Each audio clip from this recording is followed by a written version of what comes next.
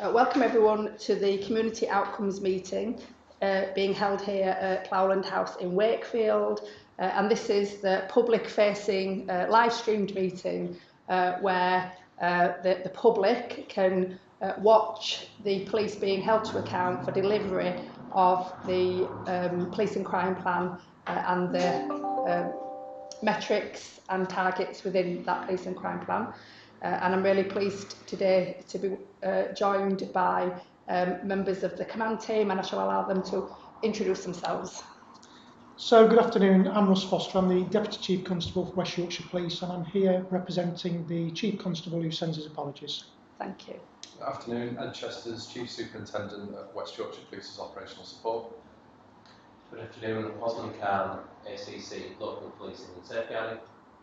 Good afternoon, my name is Detective Chief Inspector Vanessa Rolfe and I'm from Headquarters Local Policing.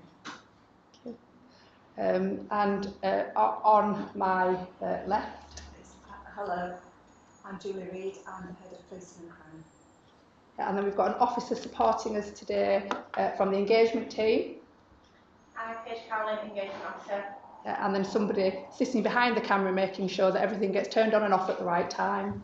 Dave Anderson, Digital Communications Officer. Thank you. This is a meeting that's held several times through the year, and we take minutes. So minutes were taken for the last meeting, and any members of the public watching can access all the papers online. We've been previously notified that there are a couple of amendments to the minutes that the police wish to make, and we're going to do that outside of the meeting because that's an administrative and a bit boring. So we'll do that outside of the meeting. That there aren't, that they're not material. So we'll do that outside of the meeting, and we'll move on then to matters arising, which I don't have any matters arising. No, nothing from us. The first paper that we will be discussing is the one on serious and organised crime, and so I shall ask, is it ACC Osman Khan? Yeah, I've got this one, thank you, Deputy Mayor. Sadly, ACC Pat Twiggs couldn't be with us at this point in time because he's on a course, so I've picked up the paper on his behalf. So what I do want to start off by saying is that you've got a 17-page document report that actually sets out West Yorkshire Police's response to how we tackle SOC, and that's through programme precision, which I have to add from the outset was judged as outstanding by the HMIC FRS, that's the Regulatory and Inspectorate Body, that body that comes in and looks at the policing.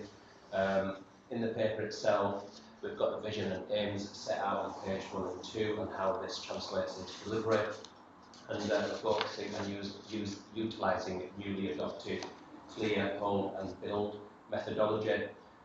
Clear, quite simply, is around intervening, targeting SOC offenders, networks, lifestyles, and that's through arrest or disruption. Hold is consolidating and stabilising the clear phase to prevent others from taking over, and the build is to change the culture, improve the environment and develop communications. The best example that I can actually give you of this taking place is in the BD3 area of Bradford, where actually it has been met as, or has been seen as best practice in terms of how we use clear, hold and build, and other forces are picking up on that as well. And we have plans to roll that out across the rest of West Yorkshire as well, where we do see quite a lot of SOC threat. Currently within West Yorkshire, we have got 146 SOC threats mapped, the largest being around drugs, and then in the report itself it breaks it down over other threats that we've got, and this includes groups, individuals, vulnerabilities and locations. This is an increase partly due to the awareness of officers and a big push from us, so all our enabled policing teams are fully aware of mapping OCGs and actually doing work around that, and we're actually getting out in there into our communities and communicating more and assisting partners in recognising what the threats are as well. If I can turn to the criminal use of firearms section, we've seen a decrease of the number of discharges over the last 6 years in West Yorkshire Police. The latest figures are all contained within the report, and you can see year on year it has decreased quite considerably. I would like to put this down to a lot of the preventative work that we actually undertake and actually through the thoroughness of investigations. And sat to my right is one of our SIOs in Vanessa Rolfe, who actually used to investigate firearms discharges when she was part of our homicide and major inquiry teams as well. And the investigations that we do undertake are extremely thorough and do actually put people in prison when they deserve to be there. We've also got dedicated responses around various other areas such as drugs trafficking, organised exploitation of vulnerable people, urban street gangs, modern slavery and human trafficking, all of which are detailed in the reports. I won't go through those at this point in time, but all the work that they do, the fantastic work they do across all 5 districts within West Yorkshire, along with partners, is all detailed in the report. So that's probably all I want to talk about as a summary, but if you want me to go into any further detail on anything, please let me know. Yeah, well, thank you. Really comprehensive report, and once again, congratulations to the team for its outstanding finding by Her Majesty's Inspectorate of Constabulary, well deserved. So in the update on programme Precision, which I know something about, you mentioned your work to support vulnerable people in terms of targeted work with individuals and engagement with the most vulnerable. Can you give us a couple of examples of that in practice? Yeah, of course I can. The first one I will talk about is the St Giles Trust, which is based in Leeds but operates right across the whole of West Yorkshire. And the St Giles Trust assists individuals that are held back by poverty, deprivation, being exploited, abused, dealing with addiction or mental health problems, caught up in crime, and there are a combination of other factors that may result in them not being able to achieve their true potential. So the trust itself shows people there is a way to build a better future for themselves and those that they care about, and help them to create through support, advice and training. So St Giles Trust, like I say, based in Leeds but operates right across West Yorkshire, and we fully work with the trust right across West Yorkshire. The other one that I do want to talk about, and I have actually made slight reference to it already, is over in the BD3 area, but this was wider than BD3, was across the whole of Bradford district, and as an ex-Bradford district commander, obviously I'm fully bought into why we've done this, and it was a Bradford-based third sector intervention project that's both intensive and intelligence-led, initially funded by the Home Office Early Intervention Youth Fund, but now actually works via the West Yorkshire VRU, the Violence Reduction Unit, and it uses bespoke youth work approaches for as long as it takes, whether it's 24/7, 365 days, 24 hours, to just deal with young people and assist young people in breaking that cycle. So the name suggests it all in terms of breaking the cycle, the cycle being what they find themselves into and spiral towards a life of crime and deprivation.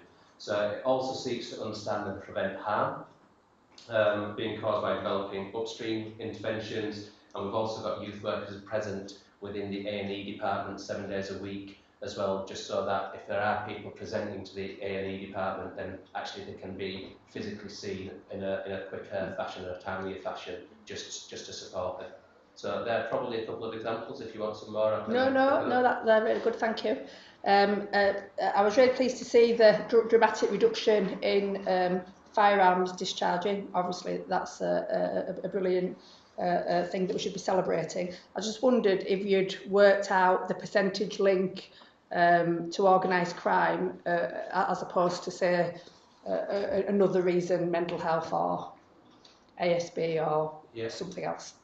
Okay, so we have worked this out, and in the majority of our firearms offences, actually mental health doesn't really play that much of a part in it, so we can't physically say that this individual is committing an offence purely as a result of mental health, albeit there will be some emotional factors that are actually involved in such crime. So it's not something that we can physically say that mental health is the driving force behind that.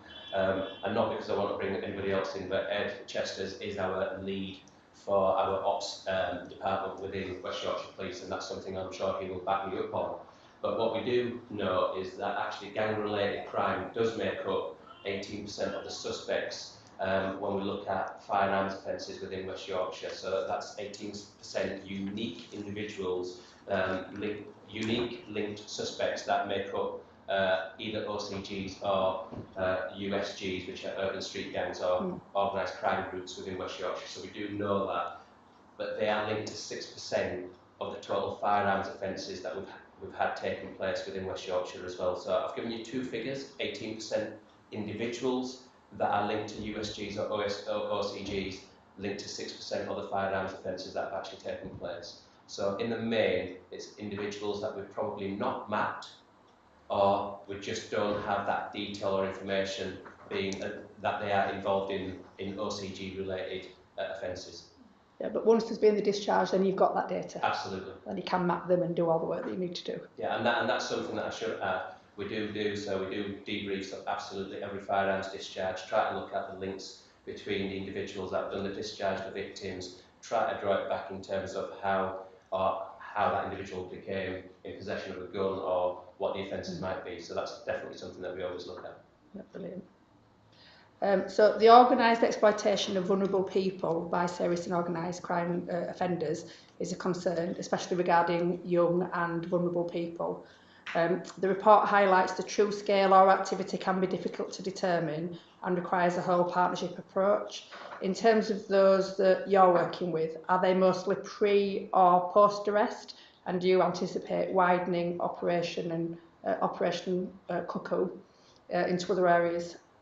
So Operation Cuckoo, if I can take that one first, definitely is something that we understand fully and know what the harm actually causes. We have been running some pilots at this point in time. It's too early to say what the outcomes are of that pilot, but certainly wherever we see that there will be a threat around Operation Cuckoo in any of the 5 districts that make up West Yorkshire Police, then certainly we will be looking at trialling that in other areas as well. But at this point in time, we're just trying to figure out what the sort of implementation of the trial has been. Can I just have the early part of that question? No, I mean, it was just, yes, so in terms of those that you're working with, are they mostly pre or post arrest? Well, we work with people from both ends of the scale, so whether it is pre-arrest or post-arrest, but in the main we only find out about the individuals post-arrest, so we do concentrate some of our efforts mainly on the post-arrest aspect of it. Thank you. And then what assurance can you offer to communities where organised crime groups are prevalent in terms of how they're being policed locally? Yeah, quite a lot really. Quite simply, Programme Precision works across all 5 districts. We've got a central function within our Protective Services Crime, and the Detective Superintendent in charge of it holds regular meetings with all the 5 districts. We do have, or we used to have, a partnership executive goal group that used to be chaired by one of the local chief executives from West Yorkshire, president chairing that, and the silver partnership groups that sat underneath those, the executive group ended up going out and basically working with all the 5 districts in terms of making sure the messages were getting out there to all our communities about the work that we were doing.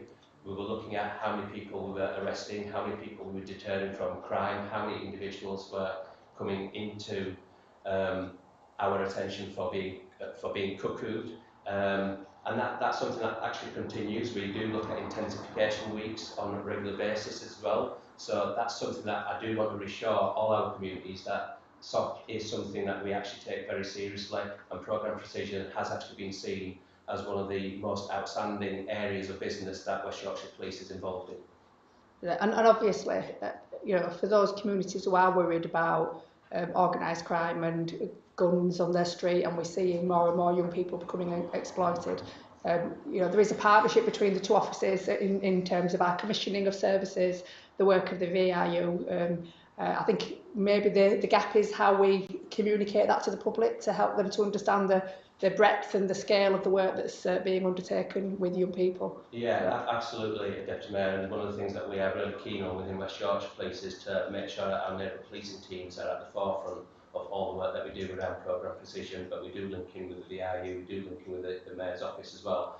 So quite simply, we do try to get that local approach to anything that's linked to serious and organised crime, because we do know it affects people, we do know it affects loved ones of individuals as well. So the messages that we get out there quite simply are that we're here to support you. We do want people to give us that information. We do want individuals to work with us, and you can see the results for themselves. And I go back to BD3, where we have turned around the fortunes of those individuals that are living within the BD3 area.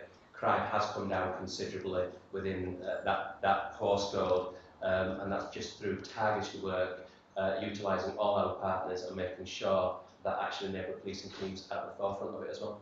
Thank you. One of the pages, one of the paragraphs in your report is about modern slavery and human trafficking, and I just wondered, have you done any thinking about any trends in relation to gender or age, for example, because later on we're going to talk about violence against women and girls again, because obviously that's one of our big priorities, and I just wondered if we'd mapped any vulnerabilities for women in particular, and whether or not there was also some work being done across the Vogue agenda, which I know is another area of work that West Yorkshire Police is expending a lot of energy on. Yeah, absolutely. So we always look at modern slavery and human trafficking and just try to find out what kind of victim profile we are dealing with. What I can actually say to you that out of the 184 unique victims that were recorded in connection with 209 offences identified as criminal exploitation over the past 3 years, the majority of victims were associated to forced labour in illegal activities. So that is things such as cannabis farms in the main, or forced gang-related criminality as well.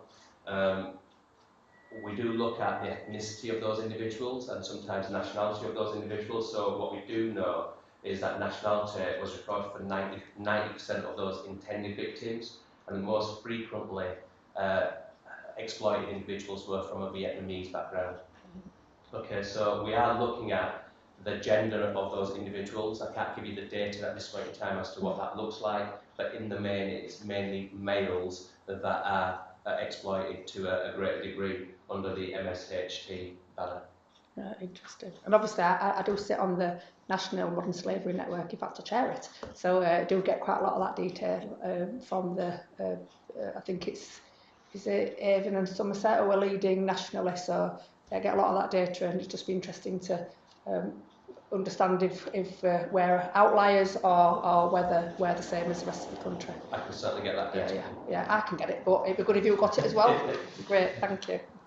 So if we move on to the road safety paper, that'd be great. I'll hand over to you, Ed. Thanks, Deputy Mayor. I suppose at the outset of working through this report in summary, it's just important to be clear on the two principal key aims for us, which is one, denying criminals the use of the roads to the maximum possible, and then reducing the numbers of fatalities and those seriously injured in road crashes on the county's roads. So the report that's been circulated touches on 5 main points really, so an update on Vision Zero. Of course we had the Vision Zero board this morning, but I'll expand on that briefly in a minute. The online digital submissions capability, which basically is people having the ability to upload through a portal into West Yorkshire Police footage of dangerous driving. Automatic number plate recognition system is the third point. The impact on West Yorkshire Police partners working following the pandemic.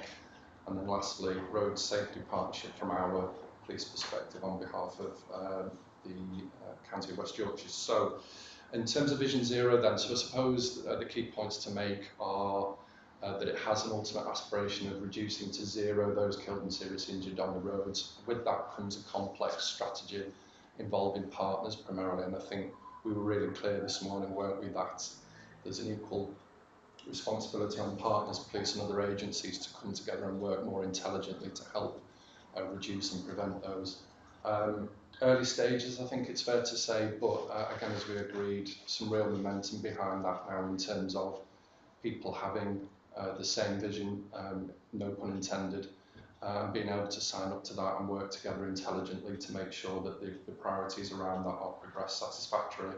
And when I say priorities, I mean safer behaviours, safer roads, safer vehicles and so on. Unless there's any specific questions about Vision Zero, I'm sure we'll come to those. I'll move on to what we call Operation Snap. And as I say, really the highlight point there is steadily increasing and really encouraging uptake of this facility.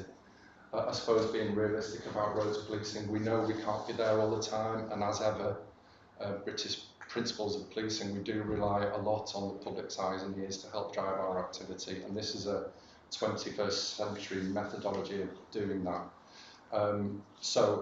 Really simply, it is a really good facility for people to share online footage of dangerous driving that we can assess and then progress prosecutions against those people where they're identified as being at fault.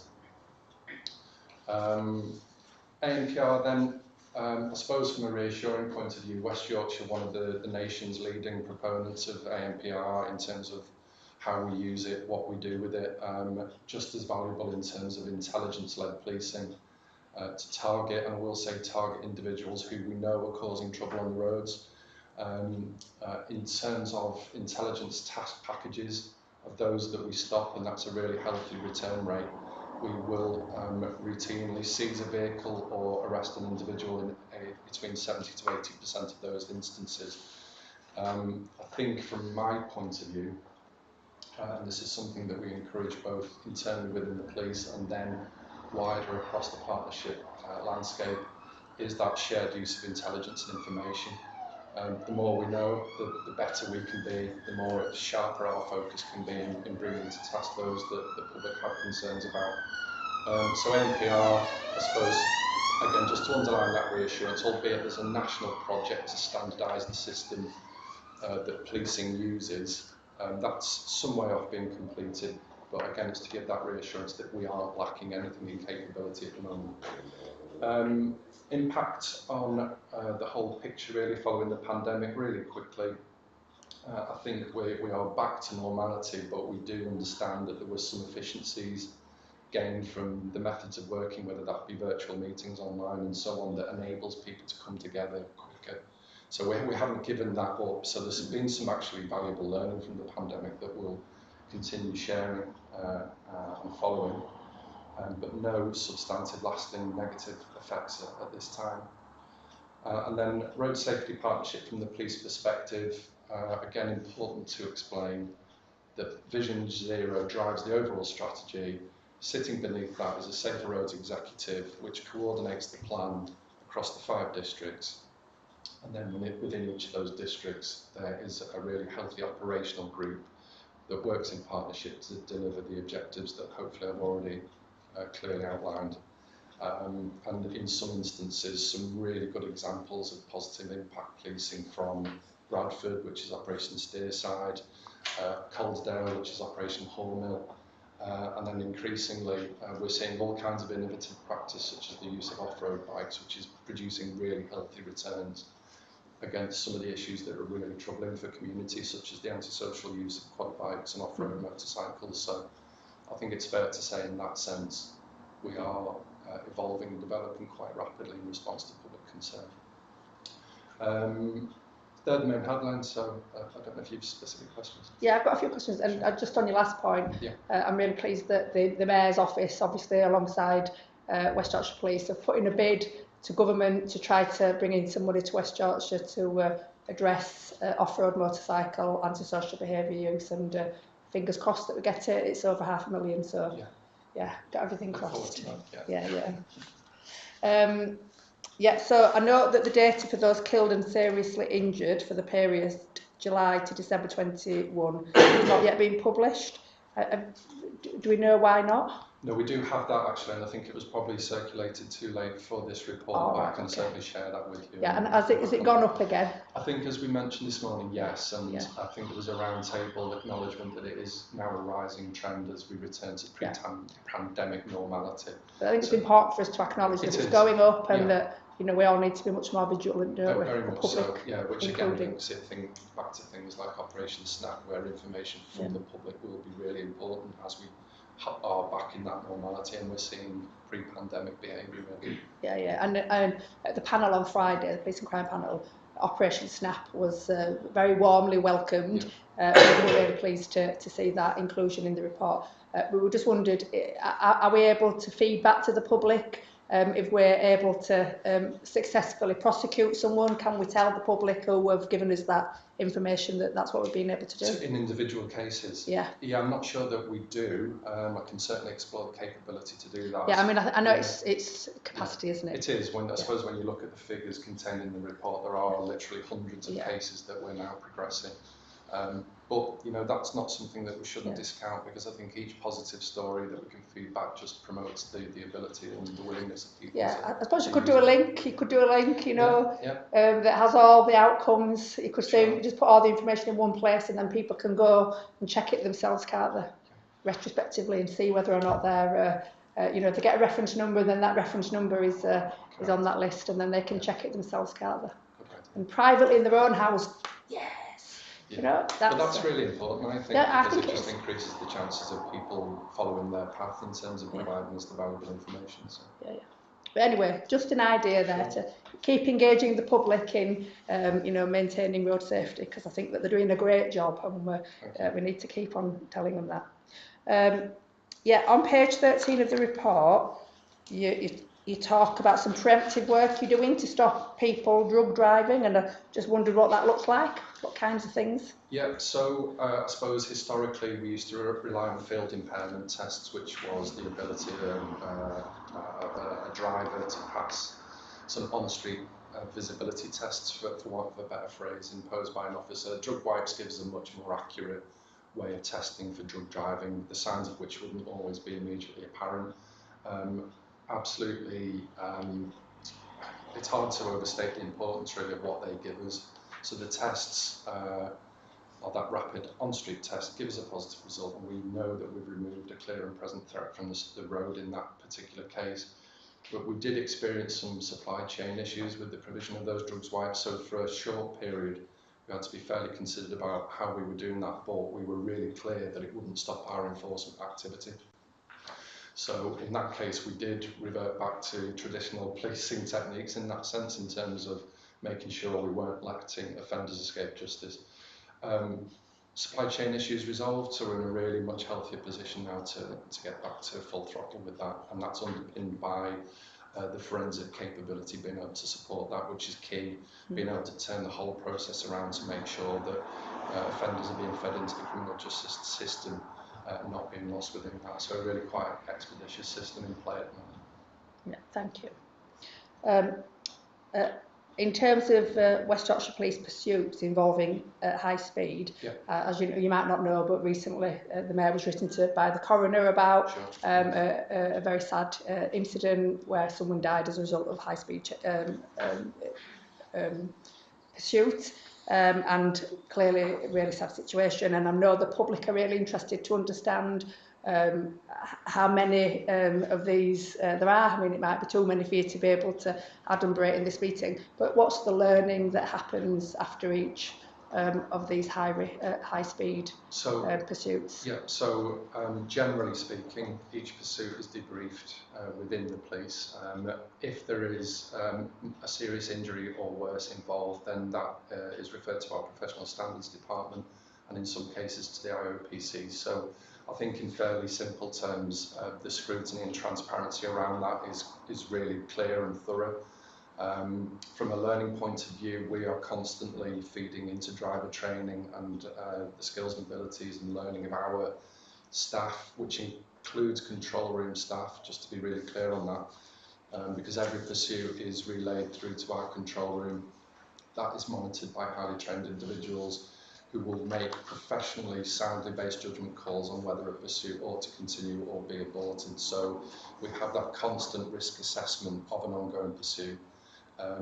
It is really important, of course, to achieve a really good balance between not letting offenders escape justice, in where we're looking at really serious offences, but then making a considered decision based on severity of offences versus the ongoing risk to the wider public as to whether a pursuit continues. So I was involved in the writing of the report back to the coroner, so I suppose we could take the rest of the meeting with explaining that, but I think just to give some fundamental reassurance that each and every pursuit is thoroughly analysed, how it could have been done better if at all. And as I say, we use that as continuous learning for our staff. Yeah, thank you. It's just about that reassurance back to the definitely. public that takes place, and so of course I knew that because I've seen the letter back to the coroner, but it's making sure that happens. So my last question is about ANPR, and obviously there's some concern about moving to the new system because our system's working, West Yorkshire system's working really, really well, but we might need to migrate to the system, and what do you anticipate will be the impact on the use of ANPR when we have to move? So I think we've been really clear that we won't migrate until we know it can deliver the capability that we currently have, and that looks different right across the UK in terms of which forces have currently got what capability, and we are definitely a more sophisticated user, but we, I suppose at West Yorkshire, would hate to regress in terms of what we use it to deliver. We've been really clear, politely clear at a national level about what that entails and what we would demand from the new system before we move across. We are using some elements of it now, so some elements do work, some don't, I'm afraid. So as I say, we have our own system that we will run in conjunction with the NAS until we get to the point where we know we can fully migrate with the confidence that it'll give us what we currently have. Good, and obviously we want to see that leadership here in West Yorkshire because the automatic number plate recognition system for the public, you know, it's a major part of your policing capability, isn't it? And we need to make sure that we've got that because going back to the Service and Organised Crime paper, that's definitely one of the key tools that you use there, isn't it? Brilliant, thank you. Thanks very much. So I'm moving on to drugs and alcohol, so who's that? Right, that's me again. I think I've got all the papers after this, but Vanessa's going to probably take one of the papers just to give me a bit of a break, Deputy Mayor, if that's all right. That's all right. Drugs and alcohol, obviously you've seen the paper, it provides a summary of the interventions undertaken by West Yorkshire Police in conjunction with partners to address drugs and alcohol misuse. The Police and Crime Plan outlines that substance misuse is often linked to serious violence crime and antisocial behaviour, and has highlighted the need to intervene early.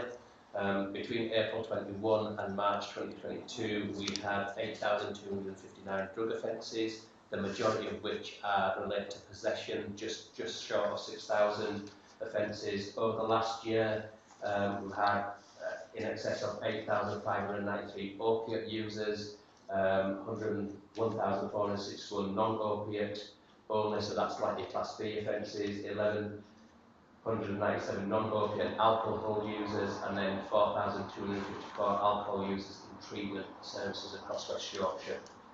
So this totals just over 50,500 service users. When you're looking at our custody figures, support is given from the moment an individual is arrested and brought into custody, and then right throughout their sort of journey within the criminal justice system to maximise opportunities to prevent reoffending.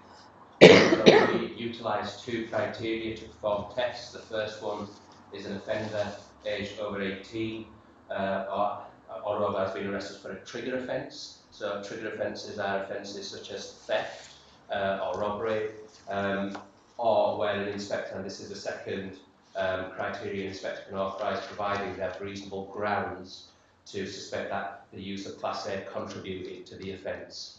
So if you look at the drugs testing figures on arrests within the paper itself, you will see that we've actually had over 41,000 arrests and drugs tests were committed on 4,990 individuals that came into custody. Out of that, just over 50% were positive for drugs within their system.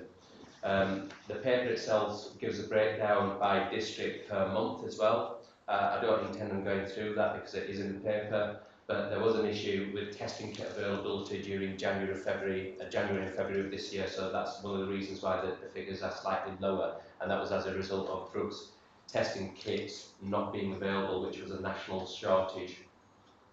Since January 2022, we've been working with drug referral partners to further understand and document the outcomes and successes of drugs testing on arrests, and arrest referral workers are based within the custody area to provide advice and guidance to detainees with addictions as well.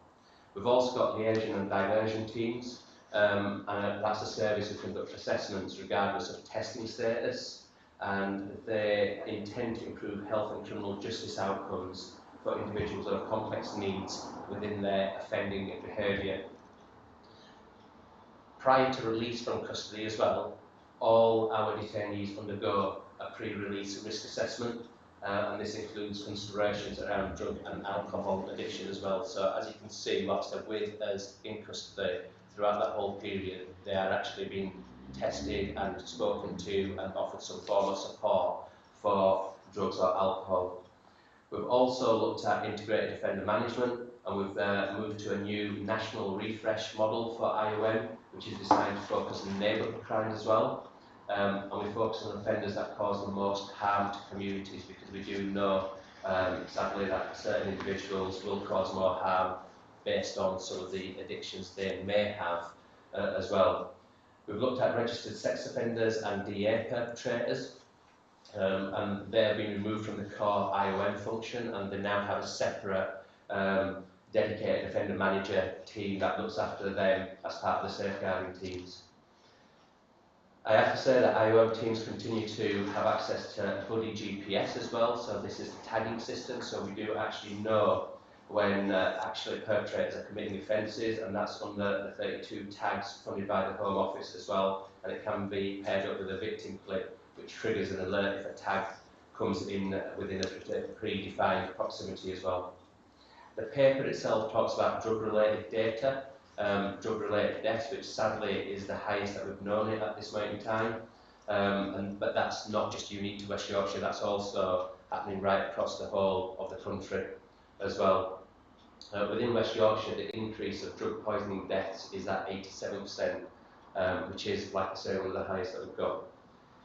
The paper itself talks about fast parcels and explains what a fast parcel is, which is proving a bit difficult at times for us to detect, but nonetheless it doesn't stop us from trying our best to get involved and work with the border force on that as well. What we do know is that during COVID, actually the movement of drugs was also increasing as well. So whilst the whole country was on lockdown, there were individuals that were moving around, and as a result they were stopped by the police on a greater number of occasions as well.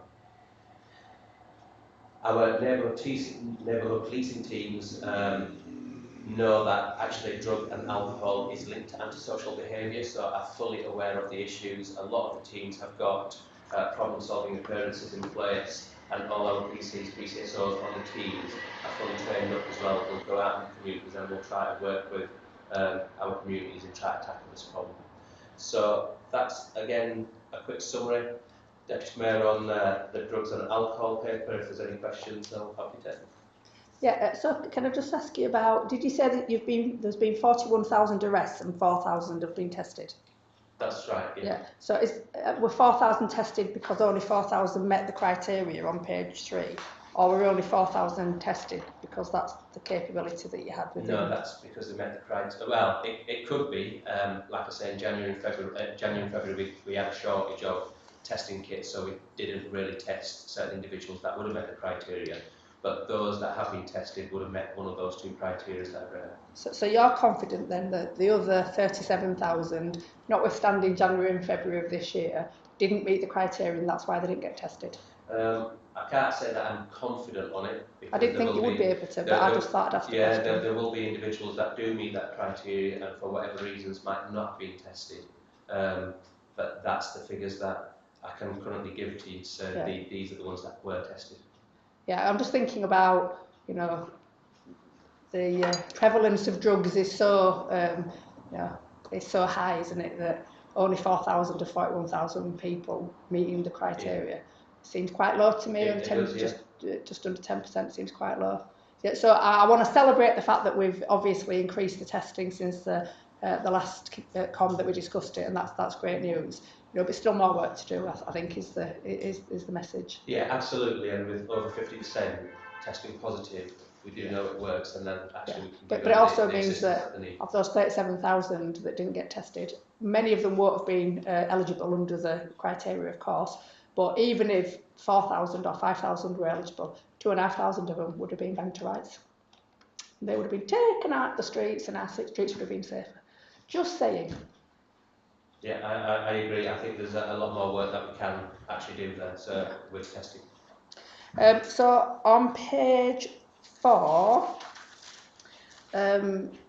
you talk about your drug referral partners and the fact that they're going to give you some reports detailing the number and outcomes of referrals on the 6th of June and then every quarter thereafter. Just wondered if you'd got any of those reports and whether or not there are any themes emerging from the evidence that you were getting. Yeah, at this moment in time it's too early to say because we've only got 1 month's worth of data. So what we do know is all the districts used to operate in a different manner with the partners' data that we used to get. So we've now consolidated that. We've got one approach to it, but having been in place for only a month, it's just too early to say it. But I'm sure at future comm meetings I can actually present that in greater detail. Yeah, that's good. Yeah, just really interested to see it. So I just wondered. I'm still a trustee of a wonderful charity working with women offenders called Together Women, and so very interested in the cohort 20 new hall female offender programme. I just wondered if you tell us a little bit more about it. Yeah, I can. So in the report, Deputy Mayor, we've actually talked about cohort 20, but what I will say is that actually this is a specific multi-agency approach to actually assisting individuals where we share relevant information about that detainee, the person that's actually in the prison.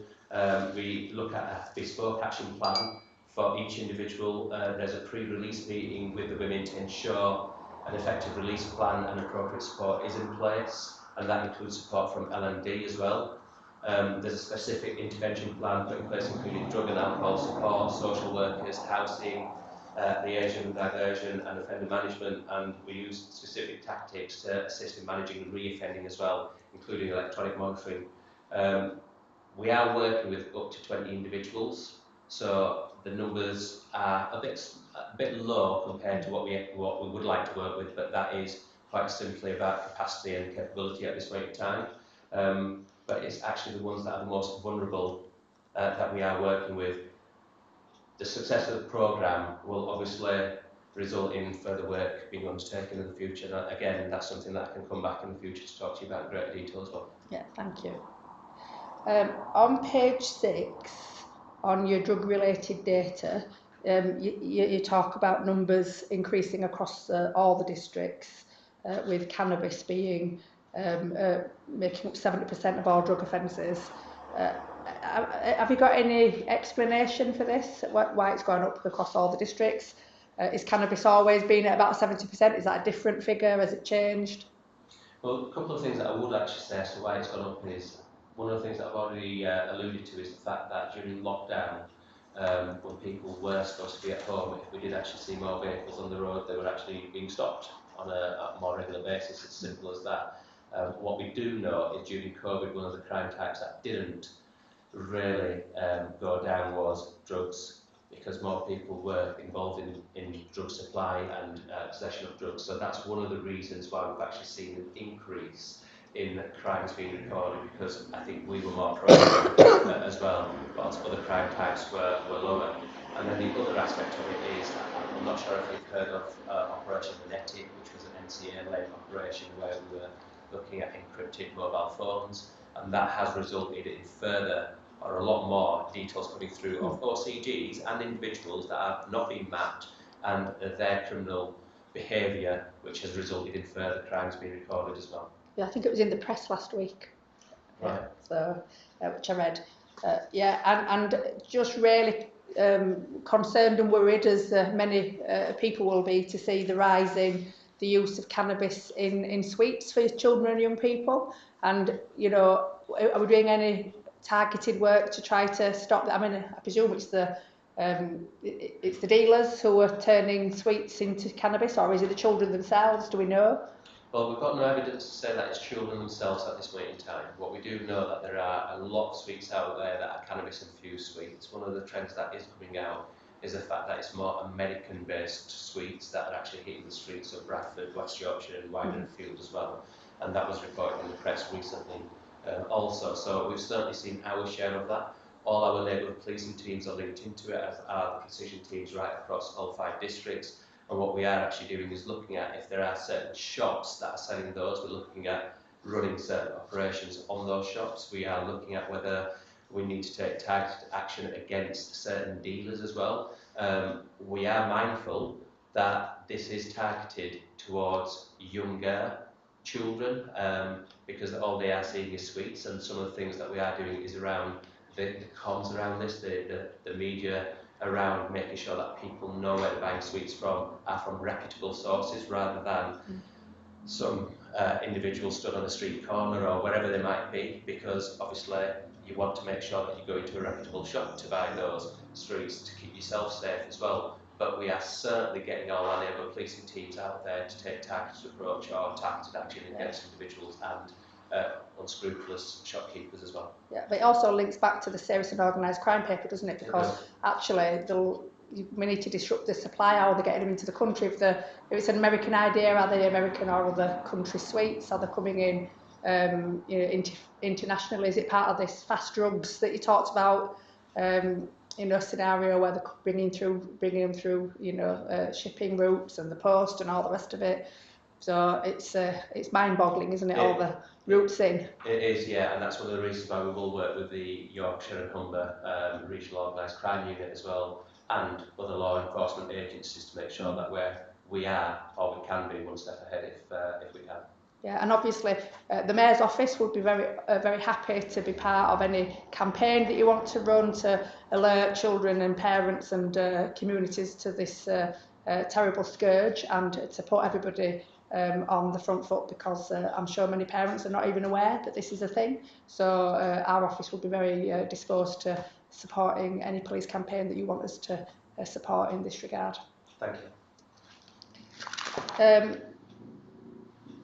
Yeah, the only other thing that I wanted to ask about is for an update on test on arrest and officers carrying nasal spray naloxone. Yeah, I said it. Ooh, I said it. I get it confused. I probably will mispronounce it too. But yeah, drugs test on arrest, obviously we've discussed it. We've said that it's actually a lot more work for us to do in that regard, and I don't shy away from that. That's something that we will obviously increase wherever we can. So that goes without saying. In terms of naloxone, the court have very recently approved a form of pilot for officers to carry it voluntarily. So if we do actually need to use it, those officers that have agreed to use it, that they've got it, they will be given training, because obviously it is a medical equipment or medical drug to assist individuals. So we do need the Yorkshire Ambulance Service and a few other people to just train us in the use of it. Yeah, that is. I'm very pleased and appreciative of that. Thank you very much. And I did tell the Federation, just so you don't have to. I've already told them that I'd asked the question anyway. I didn't tell them you said yes. I said I'd asked the question. But no, I think it's really important that we're dealing with really vulnerable people, and that anything we can do to save lives, we should be doing. And I recognise it's a voluntary basis, but still, it's a big step forward. And I do thank you very much for listening to us and for saying yes. Okay. Brilliant, thank you very much. So are we on to back to the agenda? Children and young people. Children and young people. Yeah, the most important people on the planet, because they are our future. So who's going to speak to this one? Is that you again? I've got this one as well, Deputy Mayor. I get all the important papers.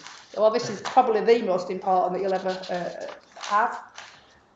Thank you. So, Deputy Mayor, I'll just read a short summary out of what the paper is about, which is it's an overview of the role of our Safer School police officers and the work they undertake, and it's also going to talk to you about the POLET, so the Policing and Education Project, which is a trailblazing educational concept around safeguarding and protecting young people across West Yorkshire. So that's the short summary.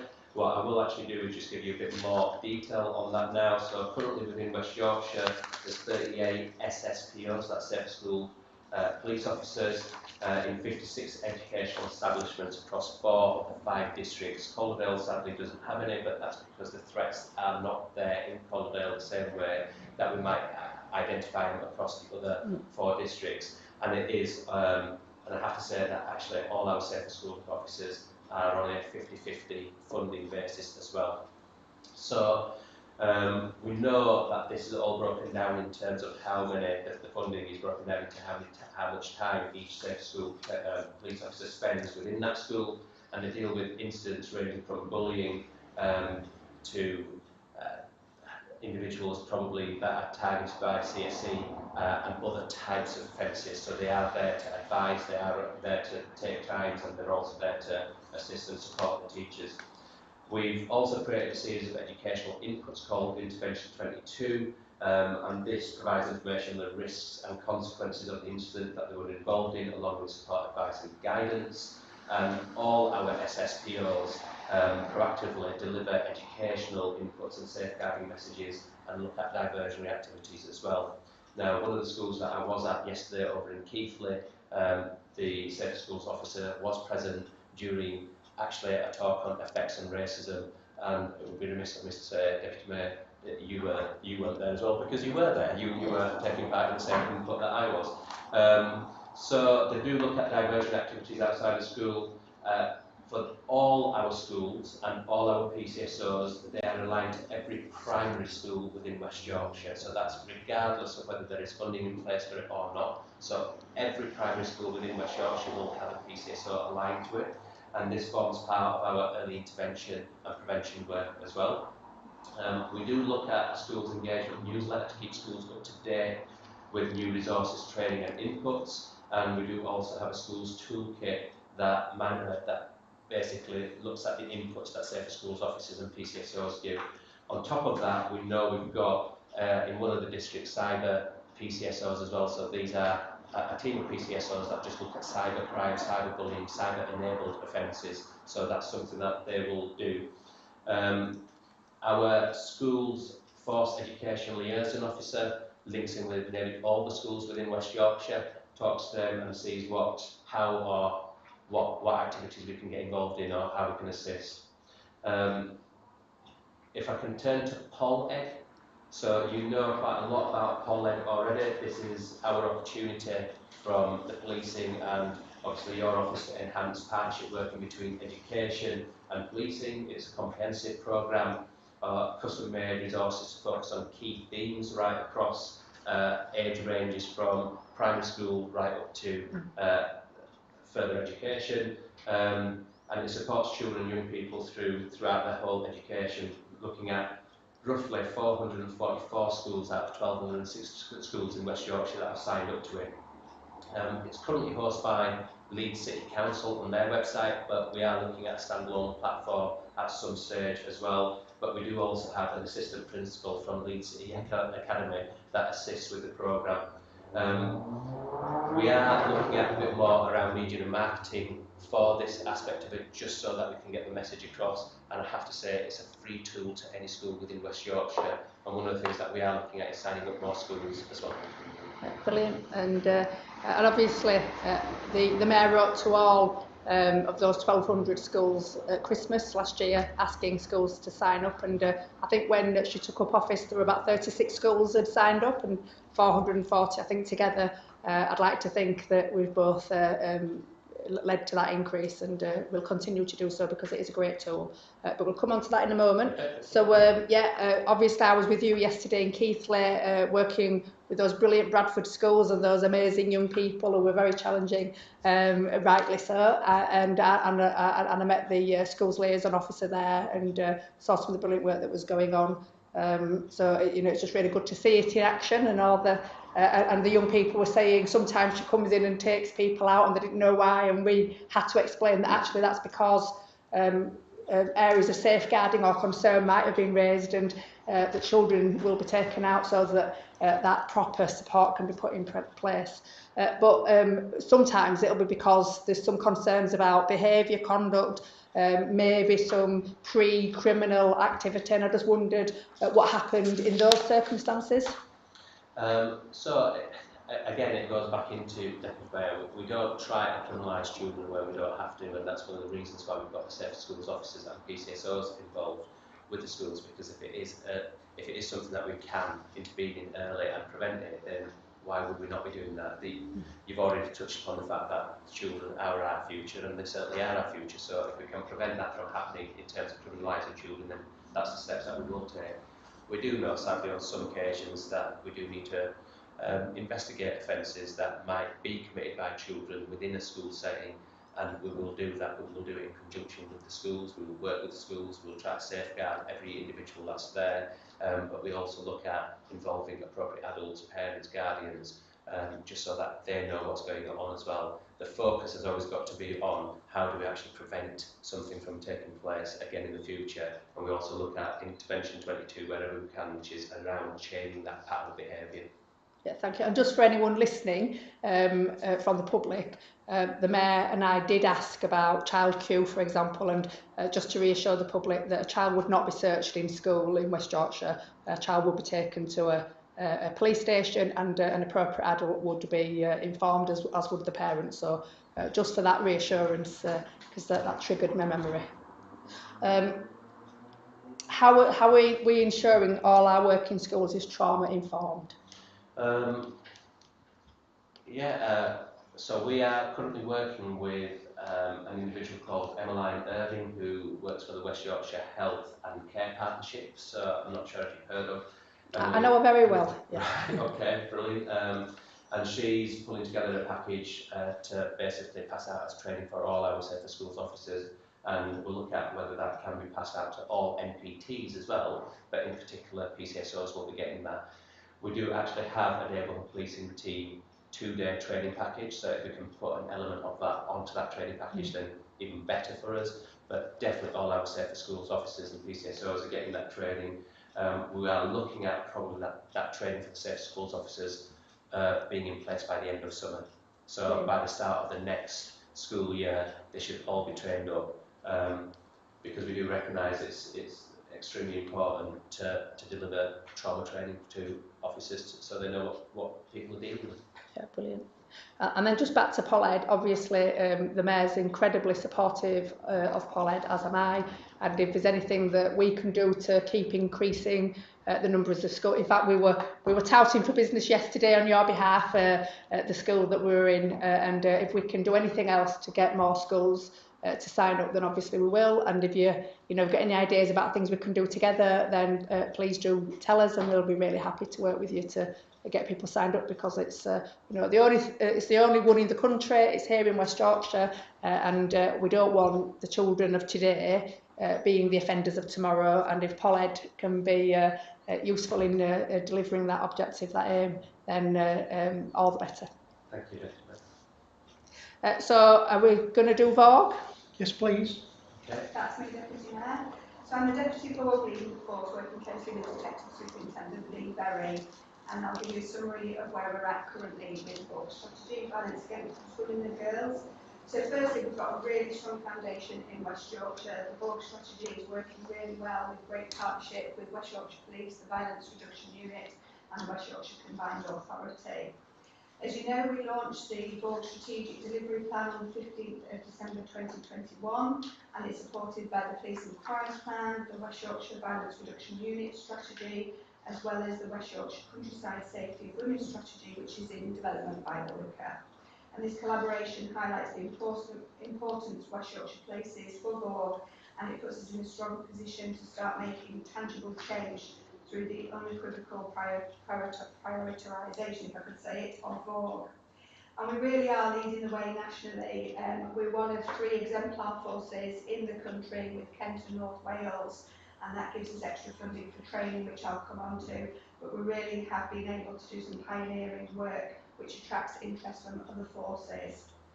So under the Vogue strategy, with 34 actions which come under the 3 NPCC pillars of improving trust and confidence, the relentless pursuit of perpetrators, and creating safe spaces.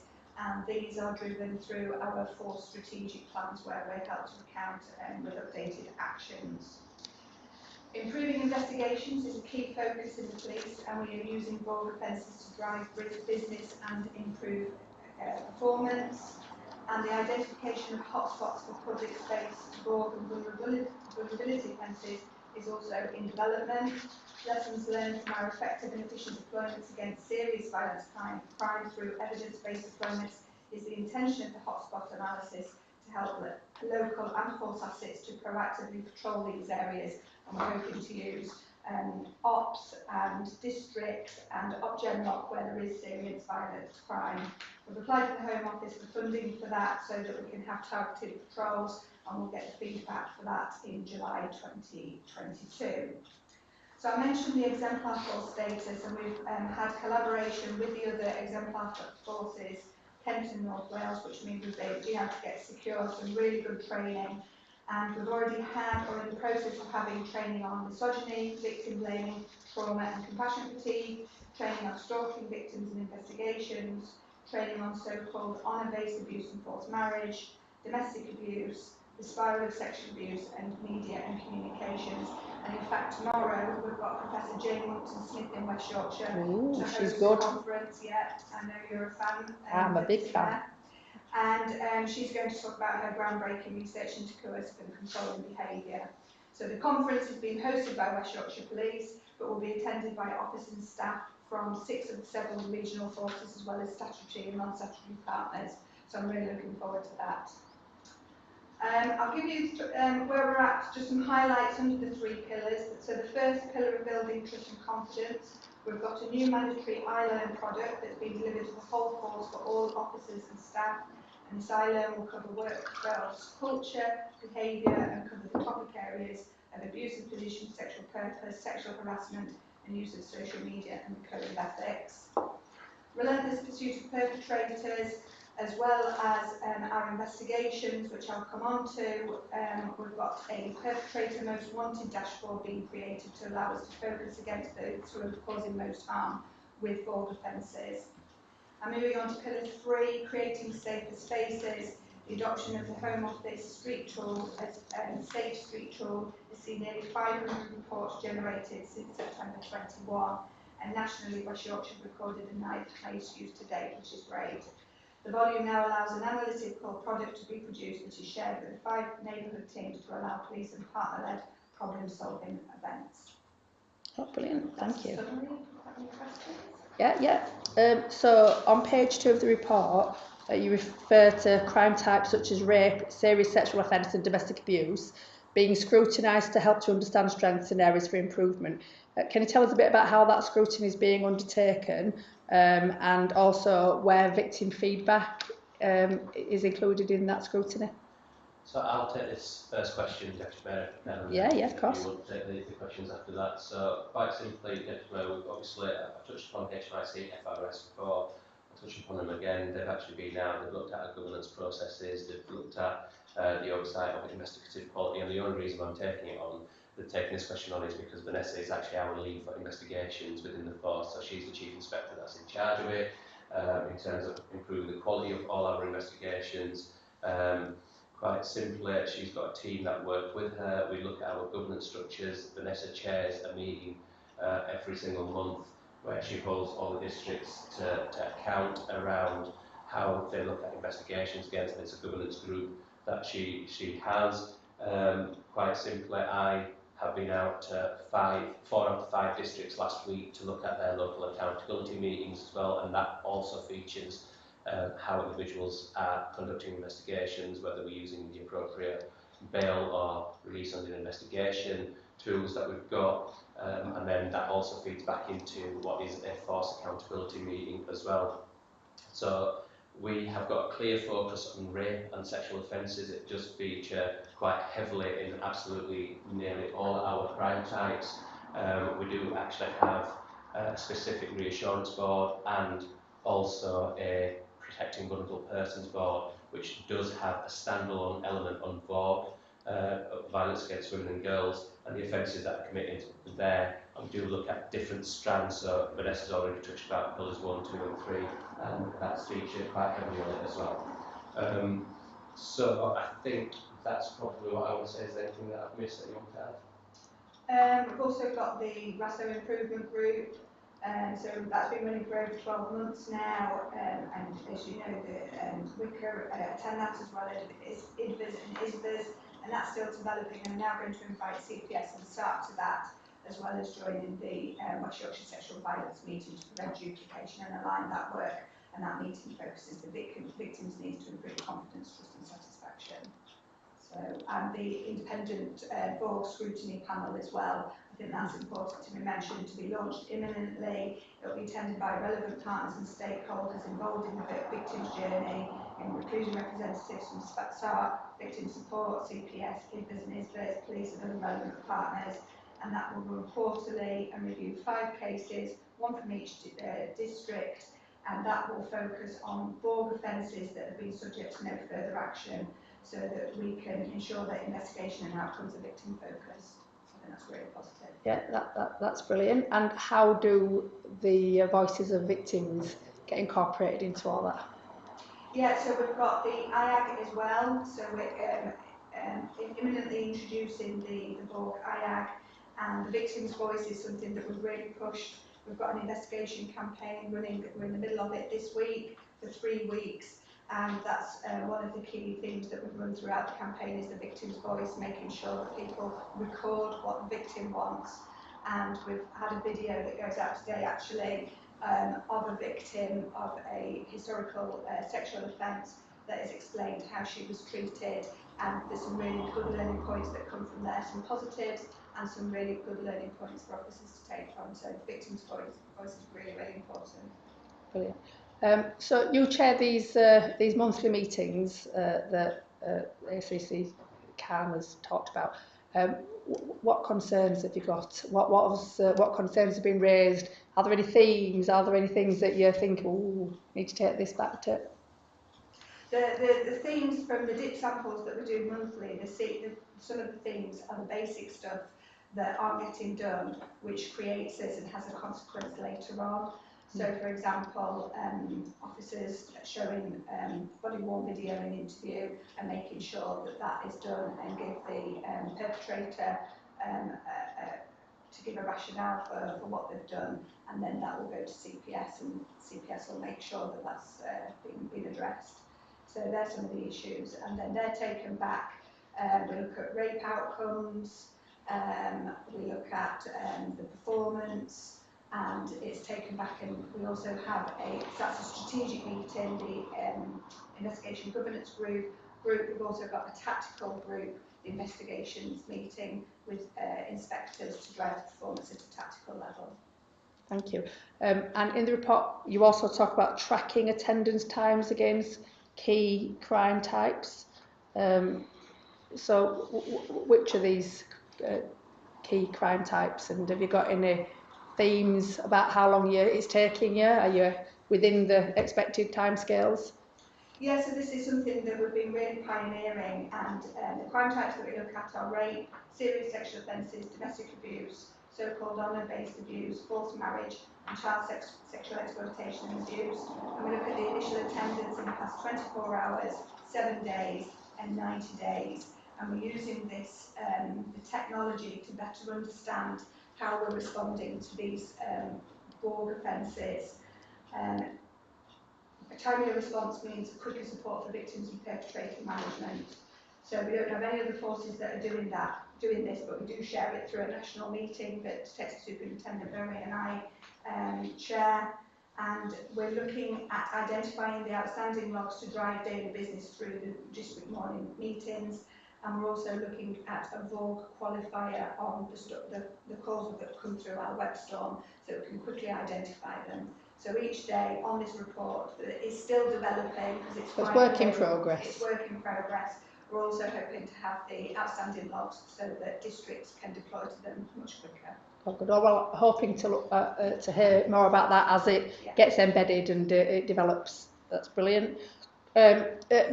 Mainly because I'm getting asked about it on BBC Radio tomorrow, but also because I'm sure the public will be very interested in it.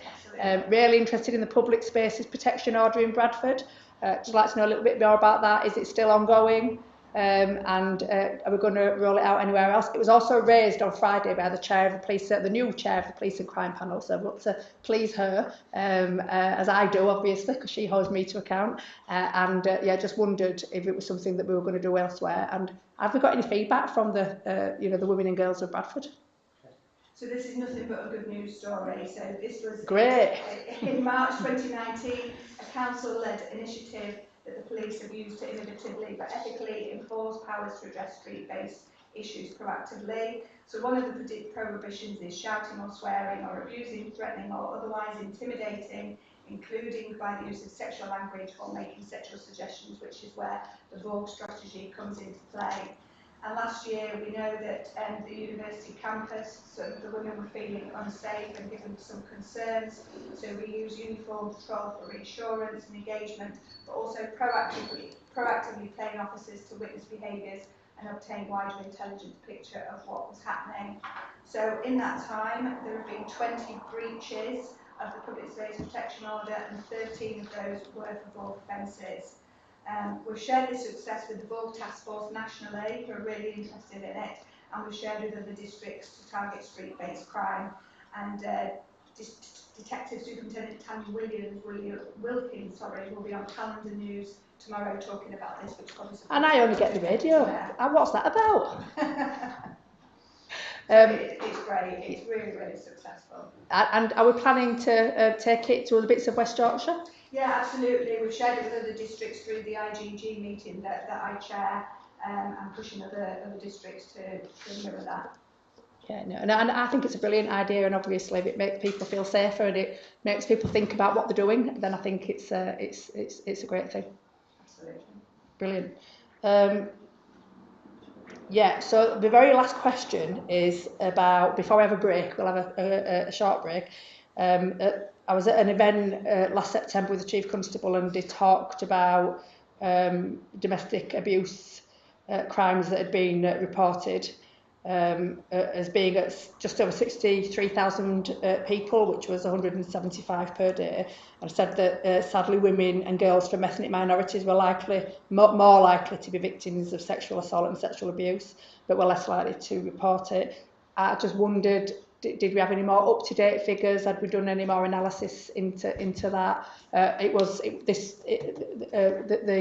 thing that the Chief Constable said was also reported at a national conference that I was at, of our conference, and it tends to be actually mirrors some of the national research that's also being undertaken.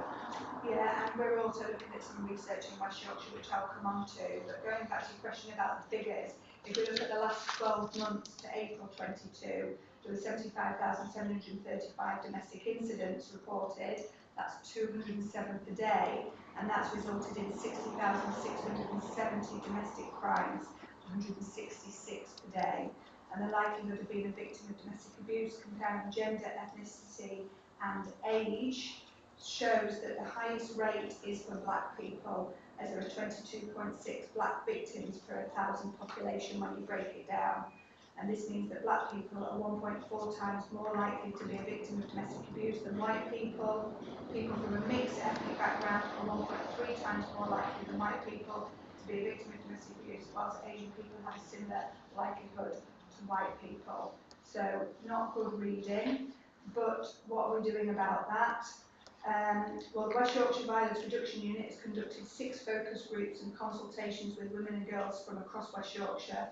51 women and girls from Bradford, Kirklees, Leeds and Wakefield have been engaged with a focus on black, Asian and ethnic minority communities to address the gap in knowledge which was highlighted as part of the Violence Against Women and Girls literature review.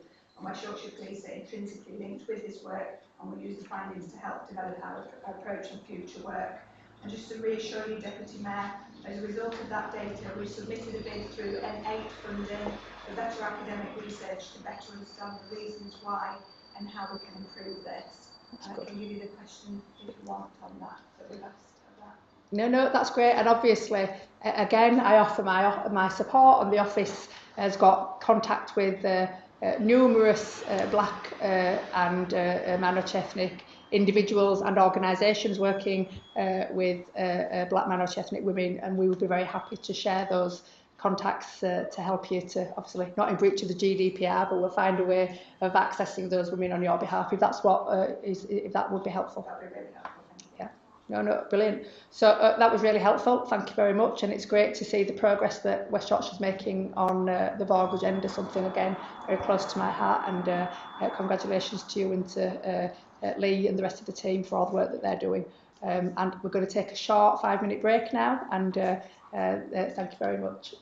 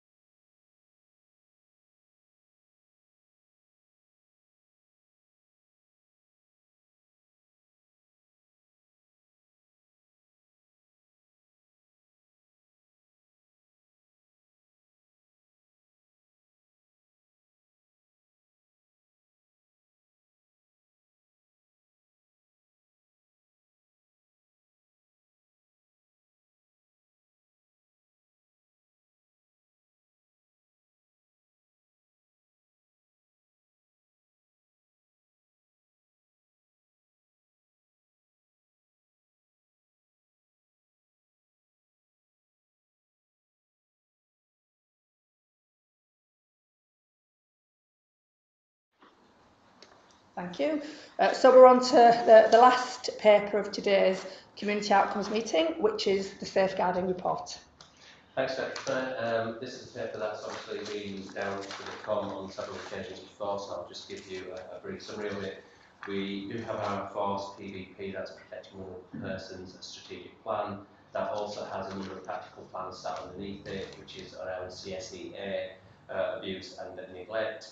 There are complexities right across the whole of safeguarding that have been caused as a result of the lockdown, as we know, and we're still feeling the effects of that, coupled with the economic pressures that we're facing and issues with children that are missing from education, which is a growing trend for us. You are probably aware of the National Panels report that has been published into the deaths of Arthur Lebenjo, Hughes and Starr Hobson, and what's come out there out of the report from a local recommendations point of view and a national recommendations point of view. That's something that we are looking at this moment in time to see what we can do within Bradford. So Bradford District are picking it up with partnership there to see what we can change locally, and then the national recommendations are being discussed wider afield with the NPCC leads and also ministers that are getting involved. So quite simply, we've seen that we've had additional safeguarding pressures put on us as a result of the war over in between Russia and Ukraine as well, because we do know that certain individuals are being displaced from Ukraine coming into West Yorkshire's area, and we are looking at how we can make sure that everybody lives harmoniously and just look after their safeguarding as well. We do actually welcome the announcement of the HMIC FRS review into CSEA, and that's going to be taking place later on this year, and we have actually secured the support of the Centre of Expertise to deliver refreshed training on this important topic as well. Online CSEA actually does present a growing challenge, not just for us but nationally as well, and we're committed to increasing resources within the Abusive Images Assessment Hubs. And during the recent thematic inspection from the HMIC FRS, the force was found to have a strong safeguarding ethos as well, and that thematic inspection was mainly focused on online behaviours and threats. We have looked at additional resources that we are looking at investing in relation to registered sex offenders, including uplift of staff dedicated to management of such offenders. So that's something that we're on with as well. Now, the paper itself breaks down various different sections of safeguarding. So it talks about domestic abuse, it talks about stalking, harassment, honour-based abuse, forced marriage of female, genital mutilation, mental health, missing persons. But unless if you really want me to go through those in this summary, I won't do so. And I'll just I've read the paper. Has been read. Thank you. We are still working on the uplift of additional officers within safeguarding, so this is an ambition that we actually set ourselves as a result of the HMIC coming in, but it's something that we wanted to do, recognising the threats within safeguarding and the increased workloads, and we're well on our way to achieving the numbers that we've actually set ourselves. Obviously, we've had a few additional challenges, as with any organisation when it comes to promotions and movement of staff and other vacancies arising within West Yorkshire Police and people. We do like them to move around within the force area just for their development, but we are well on our way to achieving the targets of uplifting our staff numbers. I think the paper will probably talk about the deadline being the 1st of July. It's not actually 1st of July, it's 1st of September as to when all those officers will be in place by, but we will look at getting all those officers in place in the first week of July really, and that's what our ambition is, and that's what all the district commanders are working towards. As part of that, we are looking at how we can bring external transferees into the force, and we've currently got 32 that are either in the system or have just recently joined us, which is quite a good number, and that's something that we'll be focusing on a lot more, purely because these are experienced police officers that want to come into West Yorkshire. We will also, as you are probably aware, looking at a MASH review. So this is the child MASH in the main, and only tomorrow I'm actually getting a briefing on what the new terms of reference looks like, but we have linked in with all the 5 directors of children's social services that make up the 5 local authorities within West Yorkshire. We have engaged with them to see how or what they would like to see as part of the MASH review, and we do look at would like to look at having that done or commence within the next 6 months and finish within the next 6 months as well. So that's what our aim would be. So that's probably the safeguarding summary that I want to give you, but I'll take any questions. Yeah, no, thank you very much. And obviously it's a very comprehensive report which came to the Police and Crime Panel last Friday, and they asked a lot of questions, which some of which are the questions that I was going to ask, and also that those papers were went out to the public, so the public obviously being able to read those reports.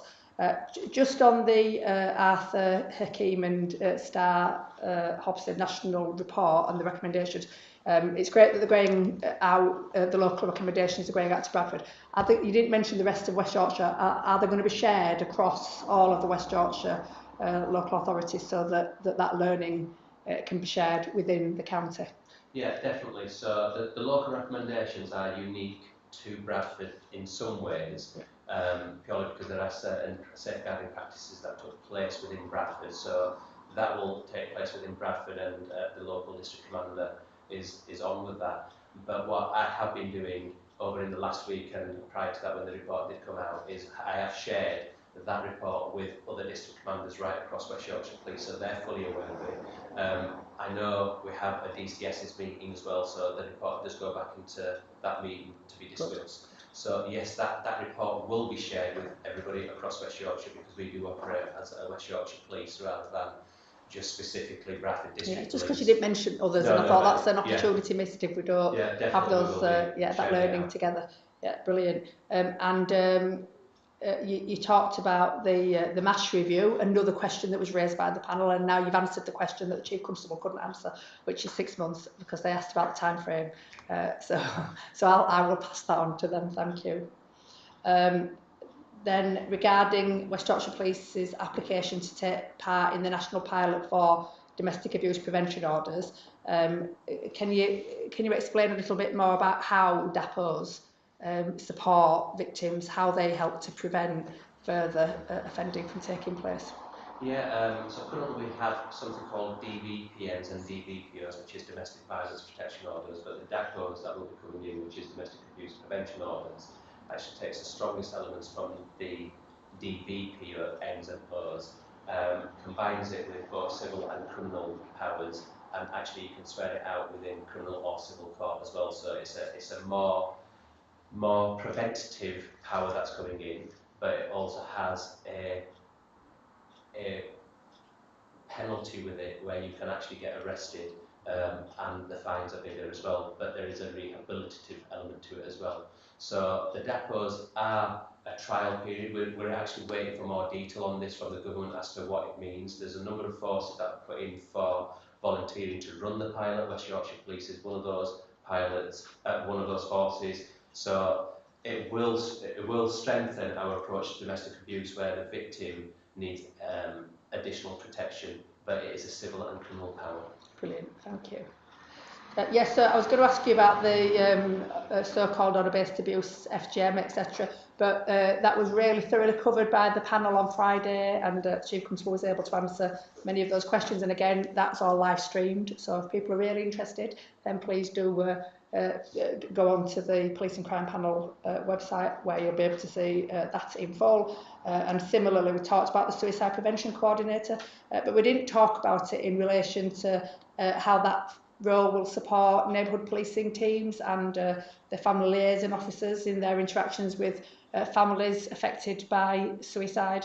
And so I just wondered if you could just very briefly tell us how that role will add value to the people of West Yorkshire. Okay, so the Suicide Prevention Officer, it's a relatively new role, as you're probably aware. It is funded by Health, and it's funded for a 2-year programme as well. And quite simply, the individual that's conducting that role will research suicides on a weekly basis, look at whether there are any trends or themes that are coming out, whether there are certain individuals that are sadly taking their lives using certain methods. So whether that, I obviously don't want to talk about what those methods are, but however individuals want to take their own lives, and just see whether we can actually link in with the neighbourhood policing teams. So if there are certain locations that we need to frequent, whether there is certain information that we actually give out, whether there is something that we can assist by putting up certain messages in key locations which might signpost an individual that is contemplating taking their own life by making contact with other support agencies. And that's absolutely key in some of the locations that we've seen within West Yorkshire, where we know that there is a higher number of deaths that sadly occur because of the individual not wanting to live anymore, sadly, and that's as blunt as I can put it. But it's something that the Suicide Prevention Officer is working with a number of charities. We'll link in the neighbourhood policing teams with those charities as well. But the Prevention Officer is very much there as a coordination role. The actual work will be pushed out to neighbourhood policing teams as well to undertake. That's brilliant. And obviously, in my previous role, I know a lot about the post-pension service and Lee's Mind and the work of the ICS, so it's really good to know that there's going to be some working together to add some value there. That's brilliant, thank you. So that's the end of my questions and the end of the papers. The future agenda items have been sent to you, I think, but then next time it's going to be neighbourhood policing and ASB, neighbourhood crime, stop and search, use of force, mental health, and then there'll be an agreed exception paper. So is there any other business? Not from me, thank you. I've just got one thing just to report that the Mayor's new bus safety feedback tool, which is all part of the Violence Against Women and Girls agenda, is now available on the MCARD app and website, and it allows passengers, all passengers, to tell us what types of things are happening on the buses, on the trains, what's making them feel unsafe, and where that's happening. So again, it feeds into your street safe tool, and hopefully we can share some of that high-level data, obviously no personal data, high-level data, and continue to keep people in West Yorkshire not just safe but feeling safe, because they're not always the same things, are they? So thank you so much. If there's no other business, the next meeting is on the 13th of September at 2 o'clock. I don't know where it will be, because this building is going to be given back to the landlord between now and then. But it's been lovely to meet you all, and we'll see you all in September. Thank you. Thank you.